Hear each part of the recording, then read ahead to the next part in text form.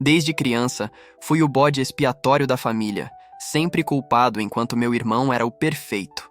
Mas quando ele tentou me arruinar publicamente por sua própria fraude, eu desenterrei um segredo de família que não apenas o expôs, mas desmantelou a fachada de perfeição que eles construíram por gerações. Meu nome é Daniel.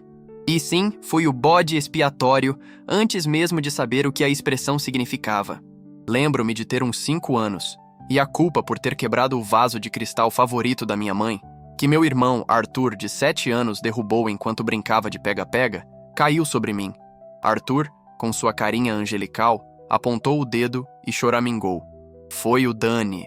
E pronto. A sentença estava dada. Daniel, você sempre estraga tudo. Minha mãe suspirou. Meu pai balançou a cabeça. E Arthur? Arthur ganhou um abraço de consolo por ter testemunhado a minha travessura. Essa foi a primeira de centenas de vezes. Se a nota do boletim escolar de Arthur caía, era porque eu o distraía. Se o gato da vizinha aparecia com um arranhão, era culpa minha por provocá-lo. Se o carro do meu pai tinha um pneu furado, eu devia ter passado por cima de algo com minha bicicleta e não avisado. A lógica nunca importou. A narrativa já estava escrita. Arthur era o ouro, eu era a escória. Eu sou, por natureza, um cara quieto, observador. Prefiro ouvir a falar, analisar a reagir impulsivamente. Talvez seja por isso que nunca consegui lutar contra as acusações. Eu via a futilidade. Argumentar era como tentar parar um trem de carga com uma folha de papel. Eles já tinham a decisão. E, de alguma forma, eu me tornei o receptáculo para todas as frustrações da família. Se algo dava errado, era mais fácil culpar o Daniel do que admitir uma falha em Arthur, o herdeiro do nome do bisavô, o grande Arthur. Arthur, meu irmão mais velho, é o epítome do que a família considera sucesso. Bonito, carismático, com um sorriso que desarma qualquer um, exceto a mim, que via as engrenagens por trás dele. Ele sempre foi o preferido, o orgulho dos meus pais. Arthur tem tino para negócios, diziam. Arthur é um líder nato. Arthur vai longe. E eu? Bem, eu era apenas Daniel, o que gostava de ficar na dele, o que não era tão ambicioso quanto Arthur, o que deveria aprender um pouco com o irmão. Eu tentei, juro que tentei me encaixar, mas cada passo em falso meu era amplificado, cada vitória de Arthur era celebrada como um feito épico. Eu me formei na faculdade com boas notas, arranjei um emprego estável, nada espetacular, mas decente. Arthur, por outro lado, pulou de uma oportunidade de negócio para outra, sempre com grandes promessas e muito barulho, mas com resultados que eu, na minha quietude, achava questionáveis. Minha intuição sempre me dizia que algo estava errado com a sorte fenomenal de Arthur, mas eu nunca tive provas. E quem acreditaria em mim? O bode expiatório? Foi nessa época, talvez buscando uma forma de me conectar com algo real, algo que não pudesse ser distorcido pela narrativa familiar, que eu mergulhei na genealogia. Começou como um passatempo inocente. Eu queria entender de onde viemos, quem eram nossos ancestrais, talvez encontrar um pedacinho de mim mesmo que não estivesse manchado pela culpa. Minhas noites eram preenchidas com registros de nascimento, casamento, óbito, censos, testamentos antigos. Era um mundo de fatos concretos, de histórias que não podiam ser reescritas por um sorriso falso ou um dedo acusador. Eu tinha caixas e mais caixas de documentos, alguns originais, outros cópias, que a família mantinha guardados no sótão. Ninguém mais se importava com eles, é claro. Para eles, era apenas velharia. Para mim, era a verdade esperando para ser descoberta. Recentemente, a tensão na família estava palpável. Arthur tinha se metido em mais um de seus empreendimentos promissores, que, como sempre, exigiu um investimento considerável de meus pais e de alguns tios. Ele havia prometido retornos astronômicos, claro. Mas agora, os boatos eram de que o negócio estava desmoronando e uma quantia significativa de dinheiro havia desaparecido. Meus pais estavam visivelmente estressados e Arthur estava mais escorregadio do que o normal. A reunião de família acontecia uma vez por mês na casa dos meus pais, um ritual sagrado para manter as aparências. Eu sempre ia, mais por obrigação do que por desejo. Sabia que seria mais uma oportunidade para Arthur brilhar e para eu ser, bem, eu. Mas esta reunião era diferente. A atmosfera era pesada, A conversa sobre o tempo e futilidades estava mais forçada do que o habitual. Eu podia sentir o cheiro de um desastre iminente. Depois do jantar, quando todos estavam na sala de estar, minha mãe, com a voz trêmula, trouxe o assunto à tona. Arthur, querido, você tem alguma novidade sobre o investimento? Arthur, sempre o showman, lançou um olhar para a sala, como se estivesse avaliando a plateia. Meu pai, com a testa franzida, o incentivou. Sim, filho, diga a eles. A sala ficou em silêncio, exceto pelo som da minha própria respiração acelerada. Senti o peso dos olhares, a condenação silenciosa. Tentei falar, mas as palavras engasgaram na minha garganta. Era inútil. A narrativa estava selada. Mais uma vez, eu era o vilão, o responsável pelo fracasso de Arthur, pelo prejuízo de todos. A injustiça me queimava por dentro. Mas dessa vez, algo era diferente.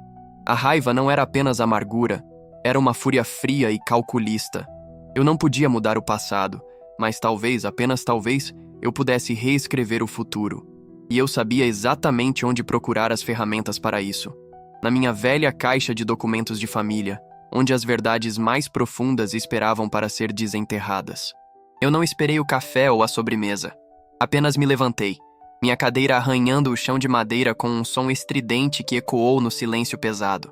Eu não fiz nada disso, consegui dizer, minha voz mais um sussurro rouco do que uma declaração. Ninguém me olhou, ninguém respondeu. Meus pais pareciam envergonhados, mas não por Arthur, por mim, por eu ter causado mais um constrangimento. Peguei as chaves do carro e saí sem me despedir. O ar frio da noite de inverno foi um alívio em meu rosto em chamas. Eu dirigi para casa, as luzes da rua se desdobrando em um borrão, a cabeça fervilhando com a injustiça. Ao chegar no meu apartamento, a primeira coisa que fiz foi ir para o meu escritório. Um quarto pequeno, mal iluminado, mas repleto de caixas, pastas e um scanner. As paredes eram cobertas por árvores genealógicas que eu mesmo desenhei, mapas de linhagens que remontavam a séculos. Para muitos, era apenas um amontoado de papel velho. Para mim, era um tesouro. Eu comecei a trabalhar. Não importava o cansaço, a dor emocional. Havia uma urgência agora, uma necessidade primordial de encontrar algo. Minha intenção inicial era procurar qualquer coisa que Arthur pudesse ter escondido no passado.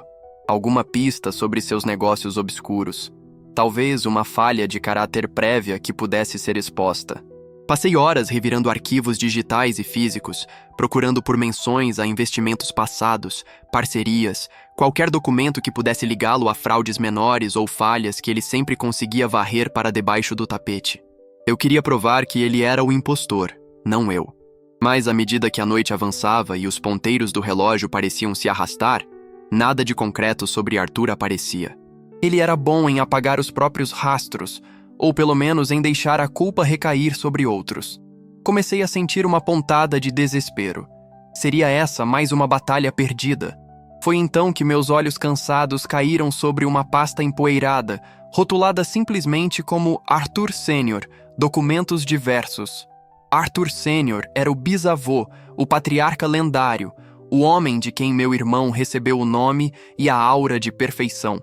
A família sempre o descreveu como um homem de integridade inabalável, um empresário visionário que construiu a base da fortuna familiar através de trabalho duro e astúcia. Sua história era quase um mito, um pilar da nossa identidade. Abri a pasta. Dentro havia velhas cartas, recibos de compras de terras e, o que chamou minha atenção, alguns recortes de jornais amarelados. A maioria era sobre o sucesso de seus empreendimentos, artigos laudatórios sobre sua filantropia e seu senso de comunidade. Mas um recorte, datado de 1928, estava dobrado de forma estranha, quase escondido. O título, em letras miúdas, era algo como Controvérsia sobre a venda de terras em nome da cidade antiga. Meu coração deu um salto. Aquela cidade era onde a família tinha suas primeiras propriedades significativas, a base de sua riqueza. Comecei a ler, com o scanner zumbindo suavemente ao meu lado. O artigo falava sobre pequenos agricultores que perderam suas terras devido a irregularidades na documentação, permitindo que um negociante local astuto as comprasse por uma fração do valor real. O nome do negociante não estava explicitamente na manchete, mas a reportagem sugeria fortemente que era Arthur S.A. Ficha caiu com um baque surdo. A perfeição de Arthur, meu irmão, não era uma anomalia, mas uma herança. Ele não estava apenas replicando comportamentos, ele estava seguindo um roteiro ancestral. E eu, o bode expiatório, o estragador de tudo, era o único que havia escavado fundo o suficiente para ver a verdade. O sol já começava a espreitar pela minha janela quando eu terminei de compilar as evidências mais flagrantes. Eu tinha nas mãos a prova de que a linhagem perfeita era, na verdade, uma linhagem de trapaças e desonestidade. A dinâmica de poder na minha família estava prestes a mudar para sempre. E eu não era mais o culpado. Eu era o portador da verdade. Com o amanhecer, veio uma clareza gelada. A exaustão da noite virou uma espécie de energia contida. Eu não sentia mais a dor da injustiça como um ferimento aberto, mas como uma cicatriz que finalmente me dava força. Aquele dia foi uma neblina. Fui para o trabalho, mas minha mente estava longe dos números da contabilidade da empresa. Estava nos números e nos nomes da minha própria família, nas datas e nos fatos que eu tinha desenterrado. Eu sabia que não podia simplesmente jogar essa informação no ar. Precisava de um plano. Um plano para desmantelar a narrativa de gerações com a mesma precisão cirúrgica que eu usava para montar minhas árvores genealógicas. Passei os dias seguintes em um frenesi metódico. Digitalizei cada recorte de jornal, cada carta incriminadora, cada recibo fraudulento. Criei uma pasta digital segura, com múltiplas cópias em diferentes locais. Organizei os documentos em uma linha do tempo clara, com anotações e referências cruzadas, como se estivesse preparando um dossiê para um tribunal. Compilei as semelhanças entre os métodos de Arthur Sênior e os de meu irmão Arthur. A apropriação de bens alheios sob o pretexto de oportunidade, o uso de jargões técnicos para confundir, o desvio de culpa, a fachada de benevolência. Não era uma coincidência, era um padrão. Liguei para meus pais e pedi uma reunião de família urgente. Minha mãe, com a voz ainda tensa pela última reunião, perguntou se era sobre o problema. Eu apenas disse, sim, mãe, é sobre o problema, e sobre muito mais. Meu tom deve ter sido diferente, pois ela não discutiu. Arthur, ao que parece, já estava em apuros com os investidores externos, e a pressão estava aumentando. Meus pais, desesperados, provavelmente esperavam que eu, o bode expiatório que causou o problema, agora tivesse alguma solução mágica para a fraude do meu irmão. Que ironia. A nova reunião foi marcada para o sábado seguinte. Eu não disse a Arthur o que era. Apenas que era importante que todos estivessem presentes, incluindo tios e tias que também haviam investido no esquema dele. A sala de estar, a mesma do nosso último encontro, parecia menor e mais tensa do que nunca. Sentei-me no mesmo lugar, mas desta vez não me senti acanhado. Senti uma calma estranha, uma determinação que nunca havia experimentado. Arthur estava lá, com seus pais ao lado, com um ar de falso arrependimento, mas com um brilho de desafio nos olhos. Ele parecia pronto para mais uma sessão de Daniel, o culpado. Quando todos estavam acomodados, e depois de um silêncio constrangedor que se seguiu à minha recusa em aceitar o café que minha mãe oferecia, eu comecei. Não com raiva, mas com uma voz baixa e controlada, quase professoral. Eu sei que vocês estão preocupados com o investimento recente de Arthur. Comecei, olhando diretamente para meus pais, depois para meus tios. E eu fui publicamente culpado por isso. Fiz uma pausa, deixando a acusação pairar no ar. Arthur pigarreou, pronto para intervir, mas eu levantei a mão ligeiramente. No entanto, eu não estou aqui para discutir o meu papel no desastre atual. Estou aqui para discutir um padrão. Um padrão que, como descobri, é muito mais antigo do que qualquer um de nós imagina. Tirei um tablet da minha pasta e o conectei à TV da sala. A imagem de um dos recortes de jornal amarelados, datado de 1928, preencheu a tela. Este é um artigo sobre nosso bisavô, Arthur Sênior, eu disse, sentindo o choque percorrer a sala.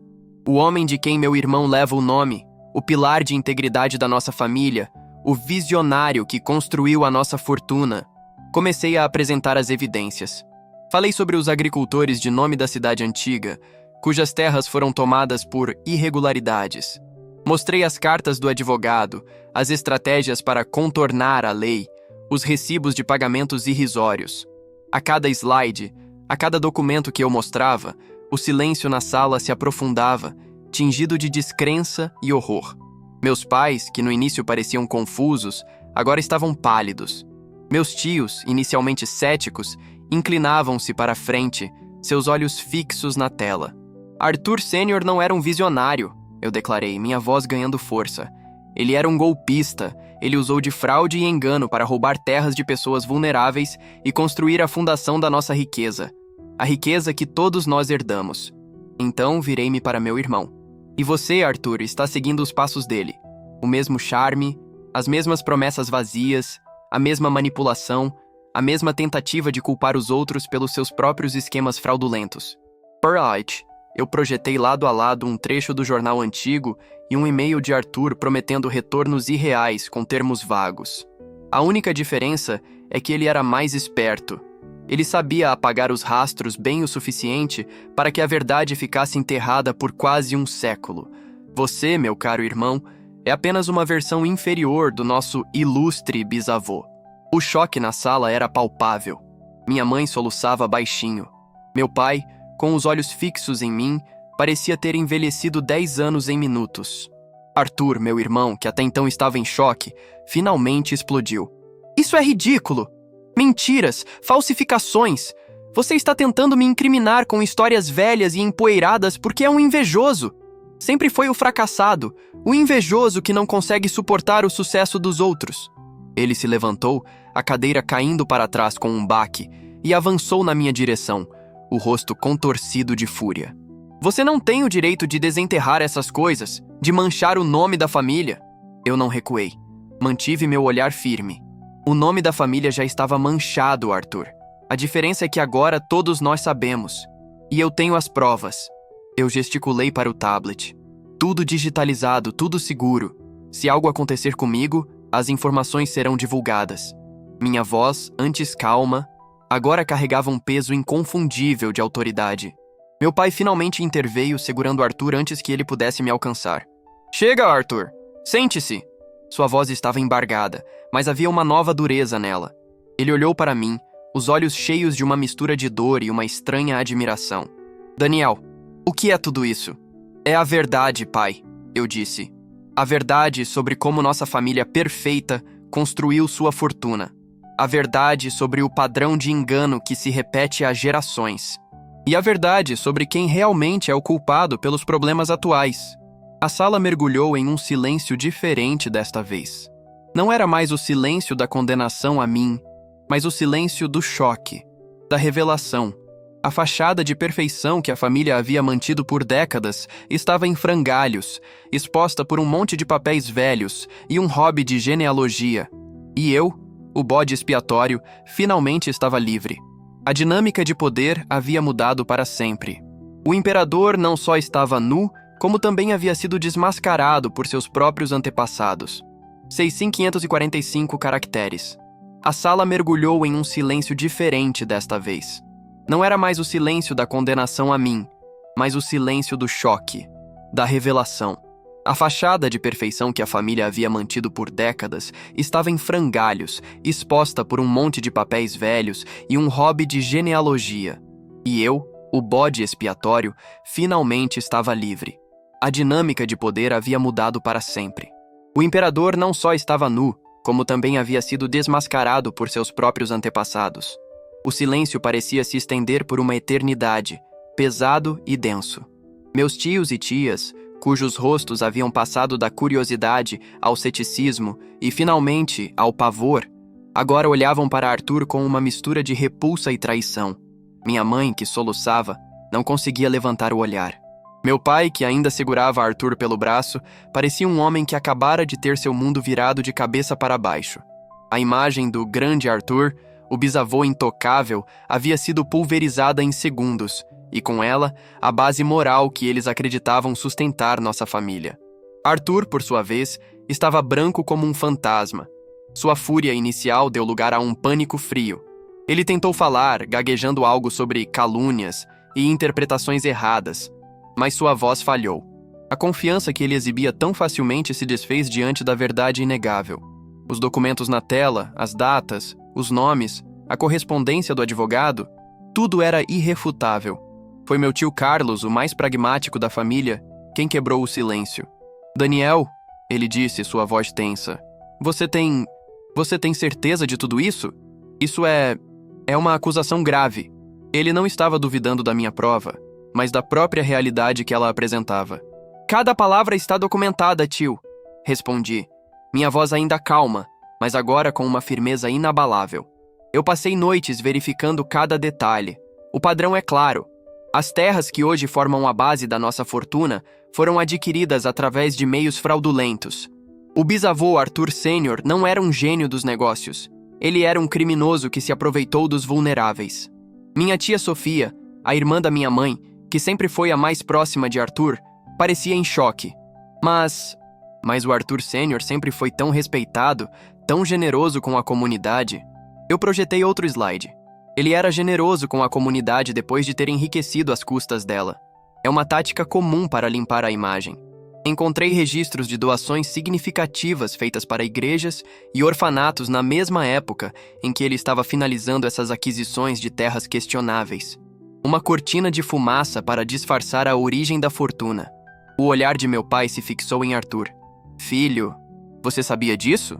A pergunta não era de raiva, mas de uma dor profunda, de uma desilusão que eu nunca tinha visto nele. Arthur balançou a cabeça freneticamente. Não, claro que não, pai. Isso é tudo invenção do Daniel. Ele sempre me odiou, sempre quis me ver mal. Ele tentou mais uma vez desviar a culpa, mas desta vez, a tática não funcionou. A família havia visto demais. Não estou inventando nada, Arthur, eu disse, minha voz agora mais incisiva. Estou apenas mostrando os fatos. E o fato é que você se comportou exatamente como ele. Promessas grandiosas, esquemas questionáveis, desvio de responsabilidade. A única diferença é que você não é tão bom nisso. Você não conseguiu esconder a sua fraude e tentou me usar como seu bode expiatório, assim como ele provavelmente usou outros para cobrir suas próprias falhas. As palavras atingiram Arthur como socos. Ele murchou, o rosto pálido e derrotado. A máscara de perfeição e carisma que ele usava há anos rachou e caiu. Ele não era mais o Arthur perfeito, o prodígio. Ele era apenas Arthur, um homem pego em suas próprias mentiras, exposto pela verdade de seu passado e do passado de sua família. Os dias seguintes foram um turbilhão.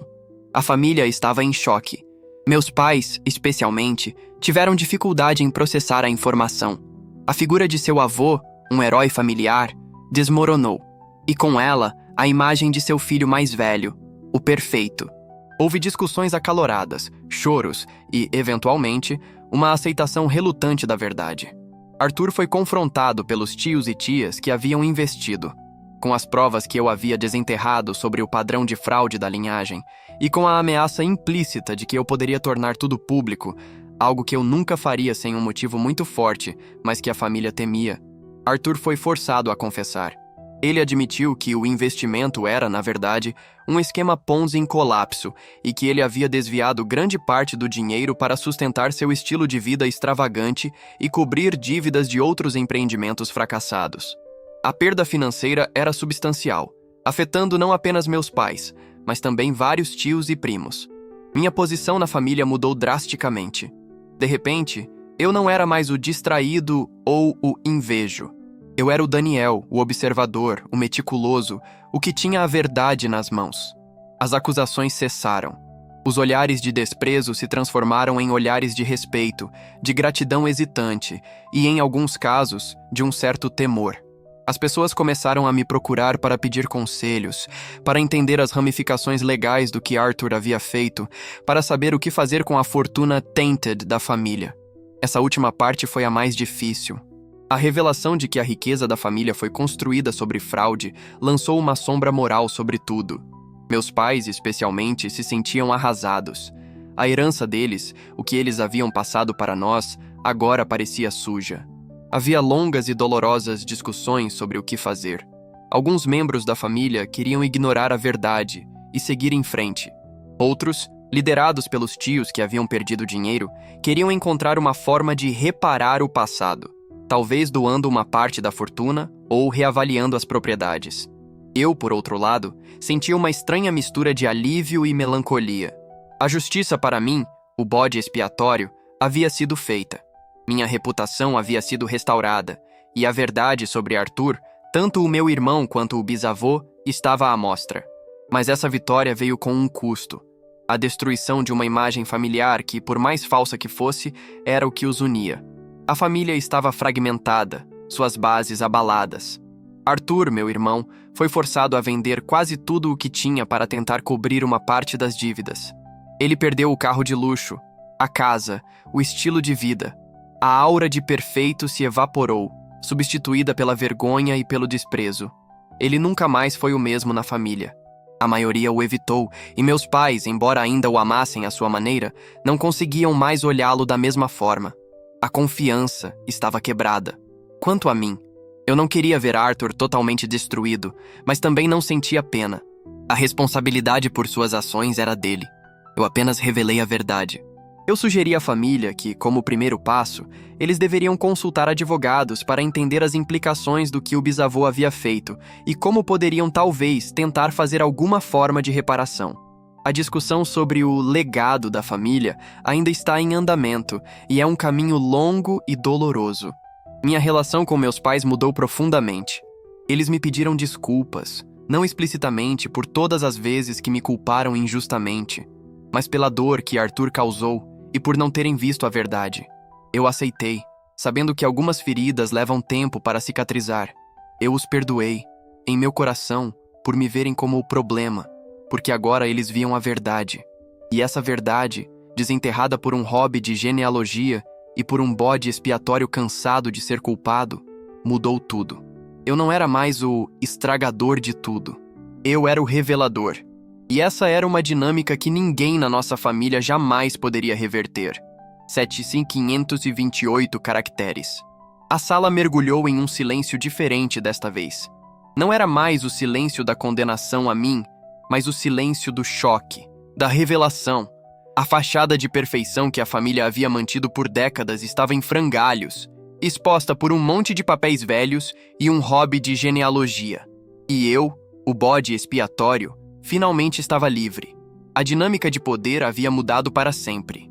O imperador não só estava nu, como também havia sido desmascarado por seus próprios antepassados. A poeira, como dizem, assentou, mas a paisagem familiar estava irreconhecível. As rachaduras na fachada da perfeição se tornaram abismos profundos, expondo a verdadeira estrutura que sustentava a família. Eu, Daniel, não era mais o estragador de tudo. Eu era o revelador, o portador de uma verdade incômoda que reescreveu nossa história e, por consequência, nosso presente e futuro. As reuniões de família, antes eventos de fachada e pretensão, agora são diferentes. O riso fácil se foi, substituído por uma atmosfera mais ponderada, quase solene. As conversas sobre o tempo e os sucessos de Arthur deram lugar a discussões mais profundas, às vezes dolorosas, sobre moralidade, legado e responsabilidade. Meus pais, antes tão cegos pela imagem de Arthur, o bisavô e o filho, agora me olham com uma mistura de respeito e uma tristeza profunda. As desculpas que recebi deles não foram apenas palavras, eram o reconhecimento de anos de injustiça, de uma cegueira autoimposta que lhes custou muito, especialmente a paz de espírito. Eu os perdoei, não porque esqueci, mas porque entendi que a verdade liberta a todos, mesmo que a princípio doa. Minha relação com eles está sendo reconstruída em um terreno mais honesto, embora ainda frágil. Arthur, meu irmão, é uma sombra do que era. Aquele sorriso desarmante, o carisma, a autoconfiança inabalável, tudo se desfez. Ele foi publicamente humilhado, não por mim, mas pela verdade que eu desenterrei. Os tios e tias que investiram nele e que antes o elogiavam, agora o evitam. Suas oportunidades de negócio evaporaram e sua reputação está em ruínas. Ele tentou, uma ou duas vezes, se aproximar de mim, com um misto de raiva e desespero. Eu mantive a distância. Não sinto satisfação em seu sofrimento, mas também não sinto culpa. Ele colheu o que plantou e eu não sou seu salvador. A confiança que ele traiu levou anos para ser construída e foi destruída em um instante. Não há como remendar isso facilmente. A questão da fortuna da família é o elefante na sala. A revelação de que a riqueza foi construída sobre fraude e exploração é um fardo pesado. Há divisões. Alguns querem ignorar o passado e preservar o que temos. Outros, principalmente aqueles que foram mais afetados financeiramente por Arthur, insistem que precisamos fazer a coisa certa. Eu me tornei uma espécie de consultor não oficial, fornecendo os fatos históricos, as implicações e as opções. Minha recomendação foi clara: consultar advogados para entender as responsabilidades legais e morais e explorar formas de reparação para as famílias que foram prejudicadas pelo bisavô. É um caminho longo e complexo, e não há soluções fáceis. Mas a discussão está acontecendo, e isso já é um progresso monumental. Para mim, pessoalmente, a mudança é profunda. O peso que eu carregava desde a infância se dissipou. A culpa por tudo que dava errado, a sombra de ser o menos que, tudo isso se foi.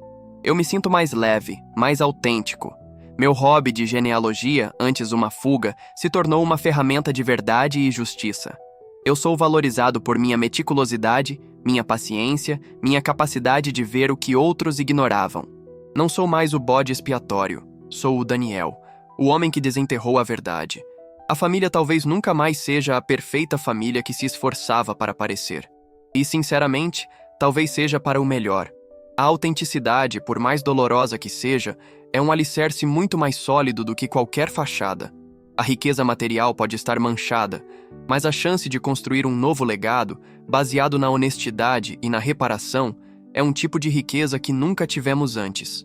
Eu continuo com minha genealogia. Agora não apenas para descobrir de onde viemos, mas para garantir que as histórias sejam contadas com verdade, sem os véus de conveniência ou orgulho. A história da nossa família foi reescrita por mim, o filho bode expiatório. E ao fazer isso, eu finalmente me reescrevi também. E essa é uma vitória que nenhum dinheiro pode comprar. TLDR. Fui culpado por tudo pela família enquanto meu irmão era o perfeito. Quando ele tentou me arruinar publicamente por uma fraude que ele mesmo cometeu, meu hobby de genealogia me levou a desenterrar um segredo devastador sobre nosso bisavô, o homônimo do meu irmão perfeito. Ele construiu a fortuna familiar através de fraude e engano. Expondo essa verdade, eu não apenas desmascarei meu irmão e o padrão de desonestidade da nossa linhagem, mas também mudei para sempre a dinâmica de poder e culpa na família, finalmente me libertando do papel de bode expiatório. A família está lidando com as consequências e a possibilidade de reparação, e eu, o revelador, finalmente encontrei meu lugar e minha voz.